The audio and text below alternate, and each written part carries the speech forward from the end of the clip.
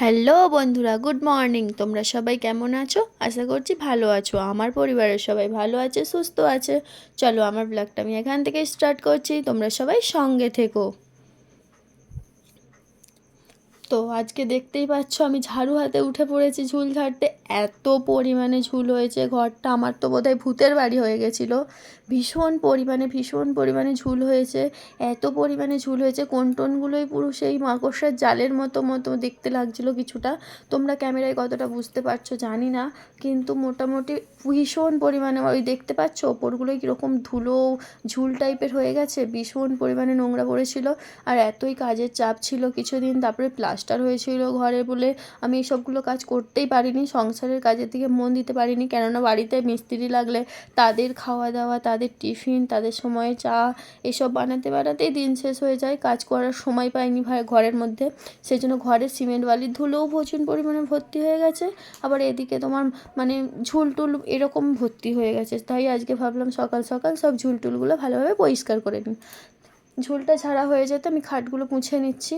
খাটগুলো ভালো করে শক্তভাবে মুছে নিচ্ছি। আমি তো ভালোভাবে মুছতে মুছতে একদিন খাটের ডাঁসাটা ধরে টেনেই ধরেছিলাম। তো সেই জন্য দেখো এদিকে ডাঁসাটা আমার একটু মুচকে মতো গেছে। আমি ওই নিচ থেকে দাঁড়িয়ে মুছছিলাম আর জোরে টানা হয়ে গেছিলো বলে ডাঁসাটা একটু মুচকে গেছে। আর এই গরমকাল আসছে, কিছুর যত্ন নিয়েও আর না নাও, নিজের পাখার যত্ন রাখবে, না হলে গরমের জ্বালায় আর ঘুমাতে পারবে না। তাই আমি পাখাটা ভালোভাবে পরিষ্কার করে মুছে নিচ্ছি। পাখার পেছনে এই যে ব্লেডগুলো আছে না, ব্লেডগুলোর ওপরে ধুলো এত পরিমাণে বসে গেছিলো, আমি মানে সাইড দিয়ে ঝাড়ছি, ঝাড়ার পর ধুলো পড়ছে পুরো এরকম পরিমাণে ধুলো পড়ছে। আর এই গরমের মধ্যে পাখার যত্ন সবার আগে নেওয়া দরকার, খাওয়া আর না খাও হাওয়া দরকার। তারপর আমি জ্বালানাগুলো ভালোভাবে মুছে নিচ্ছিলাম পরিষ্কার করে। হাওয়া দিয়েছিল না কদিন আগে, হাওয়াতে ঝড়ের বৃষ্টিগুলো জ্বালানায় পড়েছে, তো জ্বালানার কাঁচগুলো কীরকম টিপ টিপ বৃষ্টির দাগ হয়েছিল, সেগুলোও ভালোভাবে প্রথমে মুছে নিলাম। তারপরে গ্রিলটা মুছছি, গ্রিলের গায়েও ভীষণ পরিমাণে ধুলো পড়েছে। আমার রাস্তার ধারে বাড়ি বলে নাকি জানি না, এমনি এত ধুলো পড়ে, ভীষণ পরিমাণে ঘরে ধুলো পড়ে। মানে ডেলি মানে যদি পোছাপুছি করা যায় ভালো হয়, ডেলি মানে ধুলোটা অতটা পড়ে না, কিন্তু আমি ডেলি তো সময় পাই না। একটা ছেলে দুটো বাচ্চা রয়েছে বাড়িতে, সেই জন্য তাদের সঙ্গে খাটতে হয়, তারপরে এইদিকে কাজকর্মগুলো করতে হয়, সেই জন্য আমি প্রত্যেক দিন তো পারি না। এই দেখো পুরো আমাদের এই মানে ঘরের জানালা থেকে বাইরের জানালা দেখা যাচ্ছে, তারপরেই রাস্তা, পুরো মানে রাস্তার গায়েই আমার বাড়ি। এই জন্য আমি এই জানালাটা খুলি না, সবসময় বন্ধই থাকে। আর যখন খুলি ওই খালি মোছামুছির জন্যই খুলি। রাস্তা দিয়ে লোক গেলে পুরো দেখা যায় ঘরের মধ্যে, কি মানে যে থাকে বসে থাকো দাঁড়িয়ে থাকো খাটের মধ্যে, দেখা যায় বলে আমি আর খুলি না জানালাটা, সারাক্ষণ বন্ধ করাই থাকে। আর এই যখন মোছামুছি করি তখনই খুলি খালি, আর না হলে খুলি না। জ্বালানা কপাটগুলো ভালোভাবে পরিষ্কার করে নেওয়ার পর খাটটা মুছে নিচ্ছি, কেননা জ্বালানাটা ঝেড়েছি, জ্বালানার যে ধুলোগুলো সেগুলো আবার খাটের এই চূড়াগুলোয় পড়েছে, সেই জন্য ভালোভাবে পরিষ্কার করে মুছে নিচ্ছি। আর এই যে পলিথিনটা দেখতে পাচ্ছ, ছোটো সোনা ছোটো বলে এই জন্য এই পলিথিনটা সারাক্ষণ আমার বিছানায় বেছানোই থাকে। তার উপরে আমি বিছানার চাদরটা বেছাই, কেননা ও কোনো সময় পেচ্ছাপ টেচ্ছাপ করে ফেললে সেটা আর তাহলে কাঁথায় যাবে না বা লেপ টেপে যাবে না, আমার ওই চাদরটুকুই ভিজবে, পরে চাদরটা কেচে দিলে হয়ে যায়। সেই জন্য সবসময়ই আমার মানে পলিথিন থাকে। আর এই দিকটায় বড় সোনা শোয় বলে ও আবার পলিথিনে শুতে চায় না, ও বিরক্ত হয়, ও বড় হয়ে গেছে, ও পলিথিনে শুতে চায় না। সেই জন্য ওদিকটা ওর পলিথিন বেছায় না, ওর দিকটা ছোটো মানুষ দিকটা সবসময়ই পলিথিন বেছানো থাকে। আর খাটগুলো মোছার পর আমি সুন্দর করে বিছানাটা ঝেড়ে নিলাম, পরিষ্কার করে নিলাম। পরিষ্কার করে নিয়ে বিছানাটা আমি পরিষ্কার করে মুছে ঝেড়ে নিয়ে বালিশ ফালিশগুলো ভালোভাবে রেখে দিচ্ছি, আবার বিছানাটা গুছিয়ে নিচ্ছি আর কি। হালকা হালকা ঠান্ডা আছে বলে ব্ল্যাঙ্কেটগুলো তুলিনি, ব্ল্যাঙ্কেটগুলো রেখেইছি, পাতলা পাতলা দুটো ব্ল্যাঙ্কেট রয়েছে। ঘরটা পুরোপুরি পরিষ্কার করছি বলে আলমারিটাও ভালোভাবে পরিষ্কার করে নিচ্ছি। আলমারির গায়েও প্রচুর পরিমাণে ধুলো পড়েছিল, সেই জন্য আলমারিটা ভালোভাবে পরিষ্কার করে নিচ্ছি। কেননা এই ঘরগুলো পরিষ্কার করার একটাই কারণ, কেননা এরপরে পড়াশোনার পরীক্ষা স্টার্ট হয়ে যাবে, আর ওদের 2 তারিখ থেকে পরীক্ষা স্টার্ট হবে, পরীক্ষার রুটিন দিয়েই দিয়েছে। সেই জন্য ভালোভাবে পুরো ঘরটা পরিষ্কার করে নিচ্ছি। এরপরে আর পড়াশোনার পেছনে আমি মানে ঘরের পেছনে এতটা সময় দিতে পারবো না, কেননা পড়াশোনার পরীক্ষা স্টার্ট হবে বা পড়াশোনার রুটিন দিয়ে দিয়েছে, ওকে বেশি বেশি করে আমাকে পড়তে বসাতে হবে। আর এই বোর্ডের মাথার এইখানটায় প্রচুর পরিমাণে ধুলো পড়েছিল, এইখানটা সিঁদুর কৌটোটা রাখি, একটু আদ্র সিঁদুরেও ফোঁটা পড়েছিল, সেই জন্য ভালোভাবে বোর্ডের মাথাটাও মুছে নিলাম। এখানে রাখার একটাই কারণ, কেননা ওখান থেকে বাচ্চারা কেউ পারতে পারে না, তারপরে আমি গ্যাসটা মুছে নিচ্ছি। গ্যাসটাতে কালকে রুটি বানিয়েছিলাম, ধুলো টুলো পড়ে আছে, সেই জন্য গ্যাসটা ভালোভাবে মুছে নিচ্ছি পরিষ্কার করে। এই ওপরে জানালাটা মানে পোছা হলো না, এটা আজকে আর সময় নেই, অনেকটাই বেলা হয়ে গেছে, সেই জন্য ওই দিকের জানালাটা আর মোছা হলো না। ওটা থাক, ওটা অন্য সময় করে নেবো, কেননা ওটা ছোটো জানালা, বেশি টাইম লাগবে না, তাড়াতাড়ির মধ্যেই হয়ে যাবে। আর ওইখানের জানালাটায় না ভীষণ পরিমাণে তেল কালি রয়েছে, কেননা রান্না হয় যে তেল মশলাগুলো ওঠে ওই জানালাটা দিয়ে বেরিয়ে যায়, তো ওই জানালাটার গায়ে ভীষণ পরিমাণে তেল কালি রয়েছে। তারপরে ঘরদোরটা ভালোভাবে মুছে নিচ্ছি। আগে ঝাঁট দিয়ে নিয়েছি, ঝাঁট দিয়ে নিয়ে তারপর মুছছি। ঝাঁট দিয়ে দেওয়ার শ্যুটটা আর করা হয়নি, কেননা এত পরিমাণে কাজ, সব কিছু আমি যদি ক্যামেরার মধ্যে ক্যাপচার করতে যাই একটা বড় বইয়ের মতো একটা ভিডিও হয়ে যাবে, সেটা তোমাদের শুনতেও বা দেখতেও ভালো লাগবে না।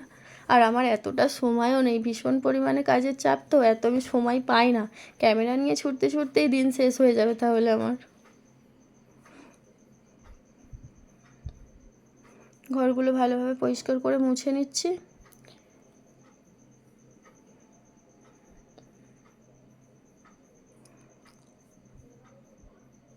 বড় সোনা ছোটো সোনা নেই বলে তবুও শান্তি করে কাজটা করতে পারছি। ছোটো সোনা ওর ঠাম্মাদের বাড়ি গেছে, আর বড় সোনা পড়তে গেছে, সেই জন্য সকাল থেকেই আমি এই সব কাজগুলো শুরু করে দিয়েছি, ভালোভাবে মোছামুছি পরিষ্কার। আর বড় সোনার পড়তে গেছে, ছোটো সোনা ও বাড়িতে আছে, কারণ ওর পিসি এসেছে। আগের ব্লগে আমি বলে দিয়েছি যে ওর পিসি এসেছে বলে, ওর পিসির কাছে ওর দাদা এসছে, তার সঙ্গে খেলা করছে, সেই জন্য ওই বাড়িতে এখন নেই, বাড়িটা এখন নিস্তব্ধই আছে, আর আমি কাজগুলো ভালোভাবে করে নিচ্ছি। এদিকে জামা কাপড় রয়েছে, কাচা তো আমার রোজের লেগেই থাকে, তোমরা জানো। আর জামা কাপড়গুলো ভালোভাবে ভিজিয়ে নিচ্ছি, তারপরে পুকুর থেকে গিয়ে কেচে নিয়ে আসবো।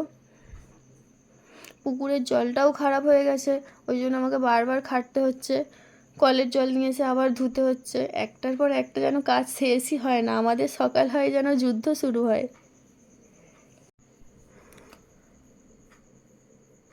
আজকে আর আমি আলাদাভাবে আনাজ কোটার কোনো সময় পাইনি, কেননা এইদিকে ঝাড়াঝাড়ি মোছামুছি করতে গিয়ে দেরি হয়ে গেছে, ওই জন্য আগে আমি ভাতটা বসিয়ে দিয়েছি, তারপরে আনাজটা কাটছি, কেননা ছোটো সোনার খাওয়ার টাইম হয়ে আসছে, ওকে না তাড়াতাড়ি খাওয়ালে ওর ঘুম ধরে যাবে, ও কাঁদতে লেগে যাবে, সেই জন্য আমি আগে ভাতটা বসিয়ে নিলাম, তারপরে সবজিগুলো কুটছি, ভাতটা হয়ে যাবে সেই সময়ে। এরপরে তরকারি করবো বলে মশলাটা আমি করে নিচ্ছি। আর তরকারিতে তা মশলা দিলে আমার ভালো লাগে না, আমার রোজেরই তরকারি আমি মশলা করি আর সিলেই বাটি, আমার মিক্সি নেই, সেই জন্য এই সিলেই কষ্ট করে আমাকে বাটনাটা বাটতে হয়, আর আমার বাটনা ছাড়া তরকারি খেতে যেন ভালো লাগে না, সেই জন্য রোজ রোজ আমি এই সিলের মধ্যেই বাটনা বাটি। আর ছোটো সোনা রাস্তায় ঘুরছিল বলে ওর সঙ্গে একটু একটু কথা বলছিলাম। এদিকে আমার ভাতটা হয়ে গেছে, আমি কড়াইটা বসিয়ে দিলাম গরম হবে বলে, আর ফ্যানটা করাবো। প্রথম প্রথম যখন বিয়ে হয়েছিল আমি ফ্যান করাতে পারতাম না, আমি অনেক হাত পা পুড়িয়েছি, বেশিরভাগ সময় আমার পা পুড়ে যেত, আমার পায়ে ফ্যান পড়ে যেত। এখন আমি সব কিছুই কাজ মোটামুটি শিখে গেছি, আমার কোনো অসুবিধা হয় না কাজকর্ম করতে। আর এই মাছটা তোমাদের দাদাভাই বাগান থেকে ধরে এনেছিল, ছোটো সোনার জন্য ভেজে দিচ্ছি। কই মাছে ভীষণ পরিমাণে ভিটামিন থাকে, আর বাচ্চাদের জন্য এই কই মাছ, শিং মাগুর মাছ খাওয়া খুবই ভালো। তরকারিটা বসিয়ে আমি স্নান করতে গেছিলাম, স্নানটা করে ঝপ করে চলে এলাম, কারণ তরকারিটা আমার হয়ে গেছে। স্নানটা করে কোনো রকমের নাইটিটা শাড়িটা চেঞ্জ করে নাইটিটা পরেই আমি তরকারিটা নামাতে এলাম। আমার চুল টুল একদম এখনও মোছা হয় না, আমি খুলেও নি, চুলটা আমার যেরকম সেরকমই আছে, কিন্তু তরকারিটা হয়ে গেছিলো বলে আবার নামাতে চলে এলাম। তারপরে একটু আমি চাটনি বসিয়ে দিলাম। আবার রান্নাগুলো হয়ে যাওয়ার পর আমি একটু মাথাটা সিঁদুরটা পরে নিলাম, কারণ মাথাতে ভীষণ পরিমাণে জল ছিল, আমি খালি কোনো রকমের স্নানটা করে এসেই আমি তরকারিটা নামাতে গিয়েছিলাম। এদিকে ছোটো সোনা ঘুম থেকে উঠে পড়েছে, ঘুম থেকে উঠে পড়ার পর আমি ওকে একটু আঙুর দিয়েছি খেতে, ও আঙুর খাচ্ছে। ও এই আঙুরটা খেতে খুব ভালোবাসে, মিষ্টি আঙুর আর লেবু খেতেও খুব ভালোবাসে, ওই জন্য ওর বাবা ওর জন্য আঙুর লেবুটা রোজই নিয়ে আসে। আর তারপর আমি ঘুম থেকে উঠে এই যে বাসনগুলো নিয়ে বসে পড়েছি, এগুলো সব আমার তোলা বাসন, মানে নতুন বাসন, এগুলো সব পড়ে আছে, আমার তোলা হয়নি। আর আমার জিনিস মানে বের করলে আর তুলতে ভালো লাগে না, সেই জন্য পড়েই ছিল অনেক দিন থেকে। আর এমনিতেই আগে থেকে আমার অনেক বাসন বার করাই রয়েছে, আবার এইগুলো নিয়ে নাড়তে চাড়তে আমার বিরক্তই লাগছিলো, তাই আজকে ভাবলাম বাসনগুলো তুলেই দিই। ভালোভাবে মেজে রেখে দিয়েছিলাম উপর করে, এখন সব মুছে মুছে তুলে দিচ্ছি।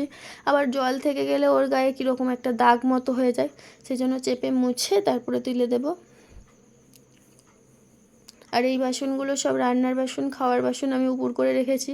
এগুলো তুলে দিই, আবার এখানেই রান্না করতে হবে। রাতের খাবারটা গ্যাসেই হয় আমার, কাঠে আমি যাই না, সেই জন্য এখানে আগে এই বাসনগুলো তুলে নিই, তারপরে আবার এইখানে আমার রাতের খাবারগুলো হবে। সন্ধেবেলা পড়াশোনাকে নিয়ে পড়তে বসিয়েছি। আমি আগেই তো বলেছি ওর পরীক্ষা স্টার্ট হয়ে গেছে, এখন আরও ভালোভাবে আমাকে ওকে গাইড করতে হবে। কেননা এমনি সময় যতটা আমি গাইড করি তার থেকে বেশি আমি পরীক্ষার আগে বেশি করে গাইড করি, কেননা ওদের মনে থাকবে তবে বেশি বেশি রিভাইজ করালে। তারপরে ওকে পরিয়ে টরিয়ে উঠে এই যে জামা কাপড়গুলো সকালবেলা কেচেছিলাম, এগুলো আমার গোছানো হয়েছিল না, সব আমি সমেত একসঙ্গে মানে ছাদ থেকে তুলে নিয়ে চলে এসেছি, কেননা ভীষণ পরিমাণে রোদ্দুর, ছাদে দাঁড়িয়ে আর গোছাবার সময় পাইনি আমি। সেই জন্য সব জামা কাপড়গুলো আগে তুলে এনেছি, তুলে এনে এখন গুছিয়ে নিচ্ছি। সব জামা কাপড়গুলো ভালোভাবে গুছিয়ে নিচ্ছি আমি।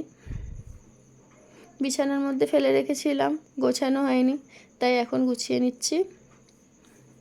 প্রায় আমার সব জামা কাপড়গুলো গোছানো হয়ে গেছে।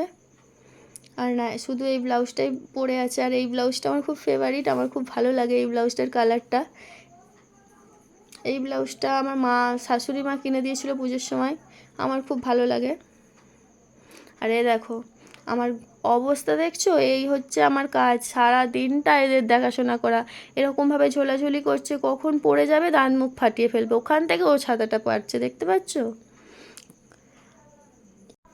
এইদিকে আমি গ্যাসের মধ্যে ভাত বসিয়ে দিয়েছি, আজকে রুটি বানাবো না, আজকে ভাত খাবো, সেই জন্য ভাতটা বসিয়ে দিয়েছি। তো আমার ব্লগটা আমি এখানেই শেষ করছি। যদি ভালো লাগে লাইক করো, কমেন্ট করো, আর চ্যানেলটা সাবস্ক্রাইব করে আমার পাশে থেকো। Tata, bye bye.